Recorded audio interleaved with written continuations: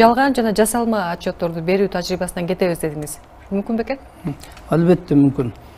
Жаңы сот реформасынын алкагында кабыл алынган жаңы кодекстердин кээ бир алешемдигинен ошондой эле баягы жергиликтүү органдардын кайдыгер мамилесинен жарандардын 3 жыл 4 жылдап жүргөн чечилбеген кылмыш жарандык иштери боюнча көп арыздарда мына жарандар тынбай баш прокуратуранын алдына келет, билесиздер.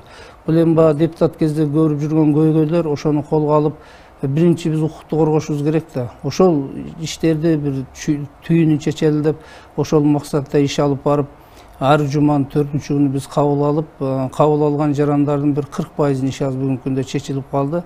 Экинчиден мына статистикалык отчет боюнча, мисалы үчүн былтыркы жылга салыштырмалуу мынча кылмыш деп айтылат да, бул план түрүндө болуп калат. Ички иштер бөлүмүндө да ошондой. Жанагы кызматкер ошо планга жетиш үчүн жанагындай кыйноолор, жасалма кылмыштын бетин ачуу жана башкалар пайда болот. Бул коомго өтө терс таасирин тийгизет. Анткени кылмышкер талаада жүрөт, мурда 1-2 жолу соттолгон адам мойнуна алуу менен жасаган кылмышы менен соттолуп кетет да. Бул жүздөгөн ушундай окуялар бар да. Ушул кылмыштуулуктун алдын алуу максатында мен план койгонмун. Ошол боюнча мына кечеги иш аракеттерде жалпы прокурорлорго тапшырмалар берилди. Биз негизинен прокуратура системасы коомго ачык, ошону менен бирге каралоочу орган болбой биз жарандардын ошондой эле соттолуучулардын да укугун коргой турган орунга айланышыбыз керек.